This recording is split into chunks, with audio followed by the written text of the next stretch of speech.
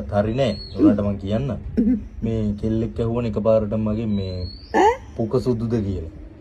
මොක? පුක සුදුද කියලා ඇහුවනේ. කවුද ඔය? දන්නේ. එකපාරටම ඇහුවා. මාර කතාවක් නේ. මං කිව්වා මේ මට මේ එච්චර නැමිලා ෆොටෝ එකක් ගන්න බෑ කියලා.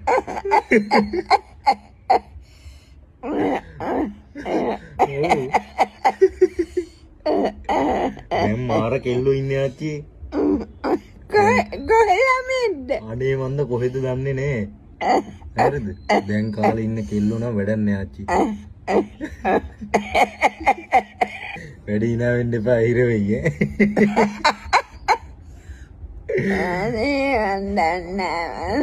බලන්න මේ සමාජයට වෙලා තියෙන දේ නේද? මේ සමාජෙ පිරිහිලා නේද? මේ සමාජෙ පිරිහිලා නේද? සමාජේ සමාජෙ පිරිහිලා නේද?